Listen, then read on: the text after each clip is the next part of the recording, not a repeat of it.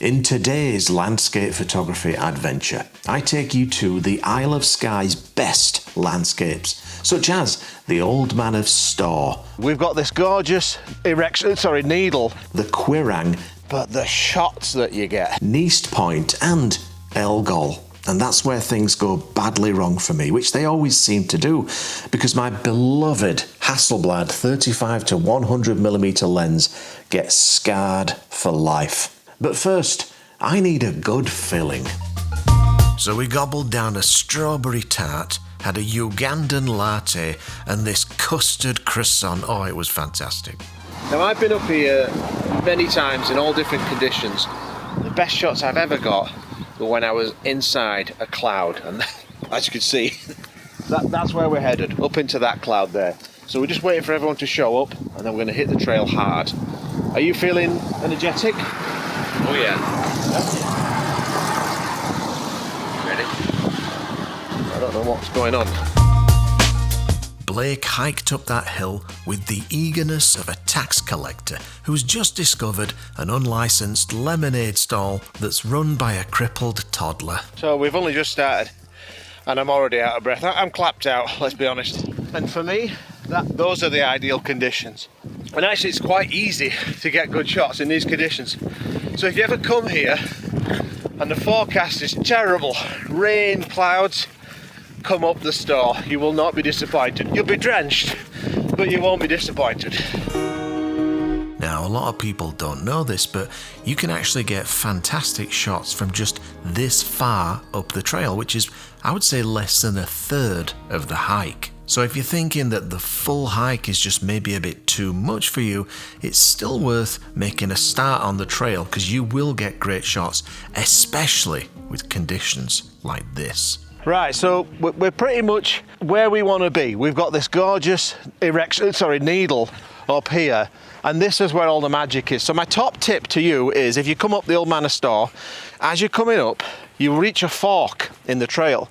You can either go right and go round the opposite side of that spire, or you can go to your left. And I think that if you go to your left, which is what we've done, the compositions are far more interesting. Now, of course, you could go up to the right and then come this way on your way down. Doesn't really matter, but a lot of people just go straight up to the right and they miss all of this majestic stuff. I mean, look at all that there. You've got the spires, and then just behind it you can see that wall that's just covered in mist. And in the background here, you can just see a little bit of hot light there. So I think we're in for some absolute magic. What do you think, Phil? Oh, I think it's amazing. Have you had a good time on this workshop so far? It's been fantastic. So if I allowed Google reviews on my website, which I never will, would I get a 10 out of 10? You get a 10 out of 10. Really? Yeah. I bet you're hoping there's an 11 out of 10 as well, aren't you? Yeah, I'd look for that. Yeah? All right. Cheers, mate. And if you look a little bit further down the hill there's the famous Jerry Keeter. He's got a YouTube channel. For $20, Jerry, I'll put a link in the description. When you've got 10 million subscribers, you'll remember us little guys. I will. Maybe we collaborate sometime. Yeah, all right. Well, we're collaborating right now. Yes, we. Oh, that's right. Yeah. Collabs. Right, we're going to crack on and get right in amongst it, and then I think I'll try and get a shot and show you what I've framed up. But like a good instructor, I always like to let my students get their shot first. Now, one of the main reasons that I actually wanted to come up to the Old Man of Storr today is because I've heard this local legend about a lost book, some ancient tome that was left here thousands of years ago. It's like a magical scripture, and I'm on a mission to find this long-lost legendary book. Will I find it? We'll see. Oh, look at that business. Once they were finished with their warm-up shots, it was time for me to show them my favourite viewpoint, which is not for the faint of heart. That's because it requires a steep climb up a painfully complicated talus field. I don't recommend it, unless of course you've signed the waiver. Then I don't give a shit. All right, so we've come up to this viewpoint, which is a lesser known spot, and the reason for that is because it is genuinely broken ankle central. And I don't want to say that and jinx it, because we've got to get down here safely, but it is really an unpleasant hike to get up here. But what a reward. I mean, look at this business. You've got epic spires everywhere. You've got the ocean and the mountains in the background. Absolutely. It's just fantastic. And you might remember this from a vlog I did maybe 8 years ago, 7 or 8 years ago, but it might even be 10 years ago. I'll show you the shot that I got from that visit.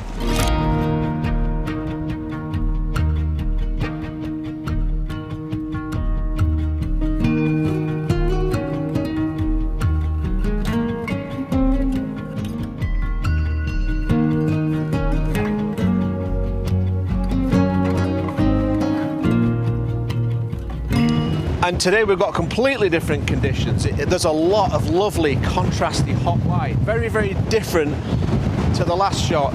And when we came up here, it was very similar to that last shot, and the clouds have just disappeared. We thought we'd be sitting in a cloud, and now it's cleared up. Look at that gorgeous light. So all I've been doing is, because it's so windy, the tripod's almost pointless. So I've just been taking handheld shots to try and get a huge panorama that sweeps from that spire over there all the way to that spire over there. I can't really tell if I've got a sharp image because the wind is so bad. Everything's just wobbling. But if this shot turned out to be any good, here's a shot.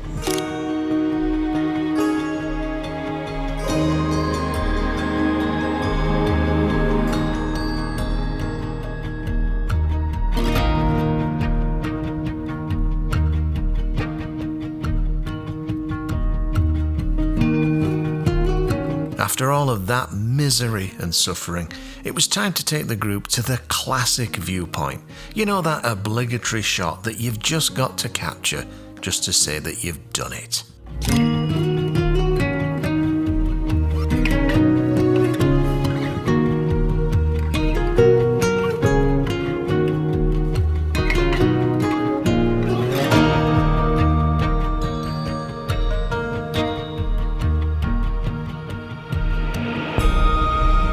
That classic shot in the bag, it was time to find something a little bit more unique and, dare I say it, a little bit more treacherous, because the wind up there was horrendous.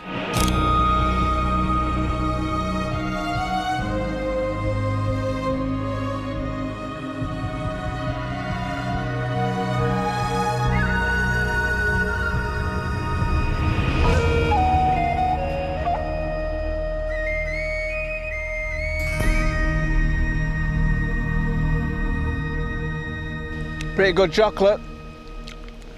I would have saved you a bit, but I'm a pig.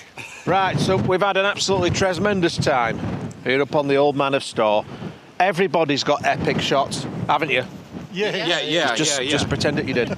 And but now it's time to head down because it is officially beer o'clock, perhaps pizza o'clock. And the good news is that I did actually find that ancient lost book that I was talking about, and here it is, Stories Within Stories by Gavin Hardcastle. What do some people say about this?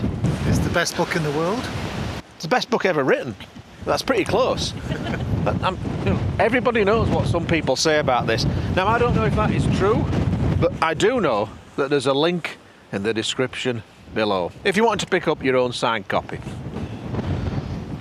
Enthusiastic. All right, let's get down the hill and get some pizza. So we gobbled down some pizza like savages, and then we headed out to the spectacular cliffs of Neast Point, where the wind was so brutal I didn't even bother with the tripod. And then I captured this not too bad sunset shot.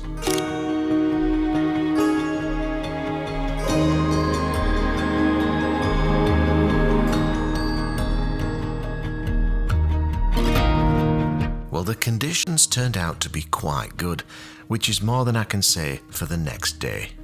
All right, so today is the last day of our Isle of Skye workshop, and we're back on the Quiraing. Look at this absolute fantastic moodiness. Look at this, it's pissing it down, but I love this. It's so grey. This is what I think of when I think of the Quiraing or the Isle of Skye. This is the kind of weather I think of, and you can probably hear that it's raining, but we just forge ahead anyway. So we're going to just continue on the trail quite a way, because I don't know if we'll make it, but there is this spot called, I call it the Needle, and I got a fantastic shot of this about 10 years ago here's that shot. Well, obviously, we had no chance of this kind of light, but it's still always worth going for a hike out on the Quiraing. And I've always wanted to get that shot, or similar shot, in these grey, misty, cloudy conditions, because I think it'd look fantastic. So today might be the day. So we're going to try and aim for that. We might stop along the way and use up all of our time, I don't know. But we'll crack on, and then this afternoon we're going to go to the southwest coast to Elgol, which you know is my favourite, apart from the fact that I lost my drone there last year. I'm still a bit sour about that. But we're going to crack on and see if we can find the needle. You up for that, Phil? You betcha, let's do it. Now, this is Phil Schmidt, and Phil was recently introduced to twirls by myself.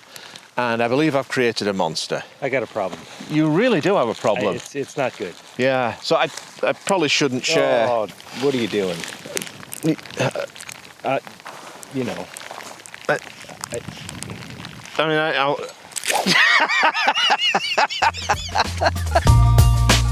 I'm ashamed to admit that Phil wasn't the only chocoholic that I created on this trip. But I tell you what, when it's freezing cold and it's sideways rain and you're hiking on the Quiraing, what better fuel could you possibly imagine than 3 kilograms of chocolate? This is why I love coming out on the Quiraing when it's terrible, terrible weather. I mean, look how moody and spectacular and atmospheric that is. And it's also dead. There's hardly any other hikers on the trail because most people don't want to hike in this, which I understand. It's kind of miserable. But the shots that you get, although I wish I could really fly my drone in this, but there's no chance. It's just absolutely tremendous. I'm loving this. I'm waiting for my group to catch up, and then we are going to be, I think, 25 minutes to 30 minutes from the needle. They might not be up for it. Hopefully they are. I'll try and talk them into it, but it is a brutal slog. Just look at that business. Now, it was at this point that I convinced Tim to stand very still in the sideways rain, drenched to the skin, in order to be a model for Jerry to get this epic shot. And if you want to see more of Jerry's photography and his videos, I'll put a link to his channel down in the description. Now, Tim doesn't do anything for free, so I did have to promise him a Twirl wrapper. Right, so we're back at the car, and I am so glad that hike is over. I am soaked to the bone, absolutely frozen. But I think we're going to go for brunch now and have a nice hot coffee. I had to be a model for you, and you promised me a twirl. Well, I promised you a Twirl wrapper, is what I said. You must just not have heard when I said wrapper, because it was noisy up there, so...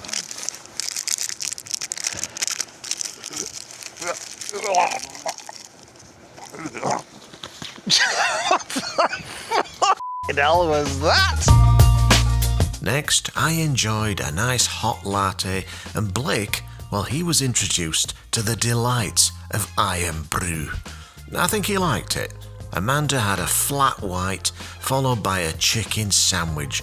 Blake then had a burger, and I, of course, had some fish and chips. It was decent. We then took the group to the beach for a nice afternoon shoot. But for me, it would turn out to be a little bit disastrous. You'll see. So this afternoon we brought the group to Elgol on the southwest coast, one of my favourite spots on all of the Isle of Skye. And sadly the spot where last year my drone perished, never to be seen again. So the light's kind of soft right now. I don't really have much in the way of contrast or colour. So what we're going to do before we just go back over to the water with the group is just take a shot of, like a close-up shot of this beautiful soapstone with these gorgeous orange striations. When I look at that, it's kind of like a stripes of orange inside of grey. It's almost like a concrete grey. So we're going to try and get some fairly tight shots. I think I might go for a pano actually, like a 65 to 24. Just get an abstract shot of that real quick, and then we'll go and see to our people.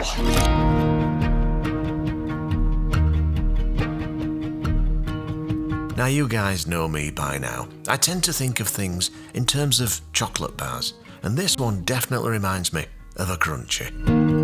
Every single one of us was enjoying the majestic and moody beauty of a gloomy afternoon at Elgol, and I was quite fascinated with these rock formations, so I got a quick shot.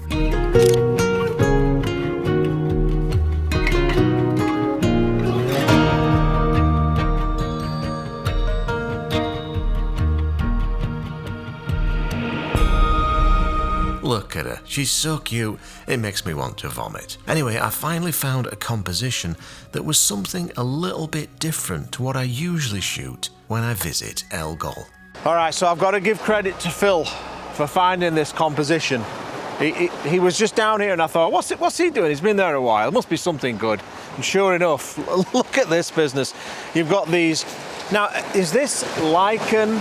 Is this algae, or is this green stuff some kind of baby kelp? Is that how kelp starts before it grows?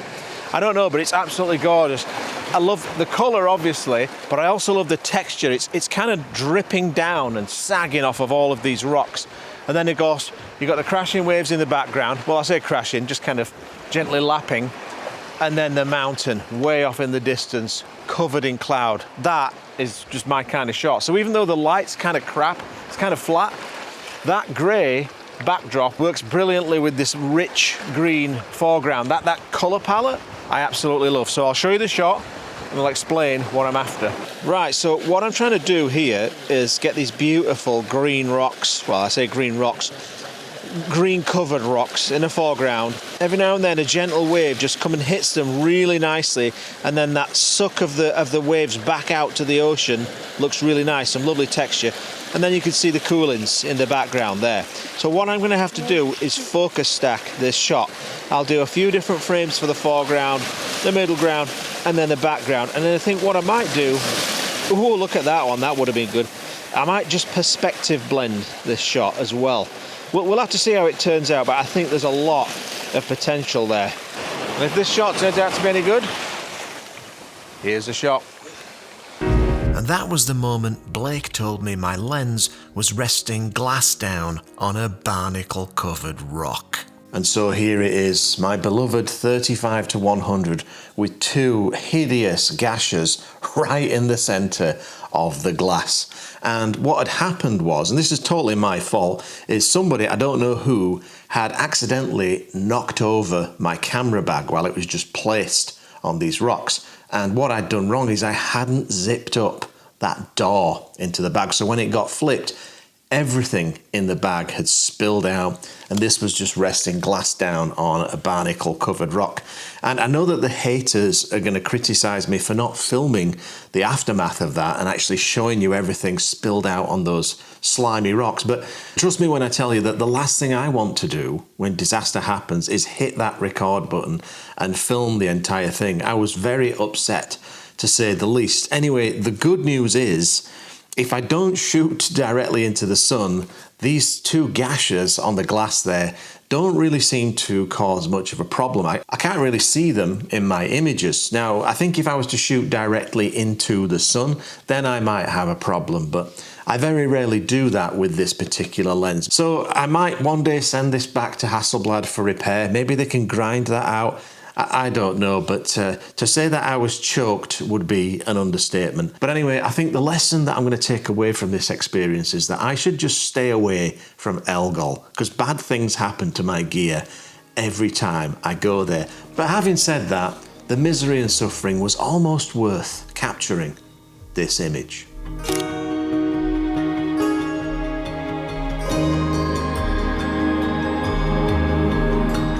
So yes, for me, Elgol may be forever cursed, but let me know what you think to this shot. Was it worth the sacrifice of my favourite lens? I just want to say a huge thank you to all of these Patreon supporters shown here. You really do make it possible for this channel to continue. And if you're interested in becoming a patron, I'll put a link in the description below. Thanks for watching. Bye bye.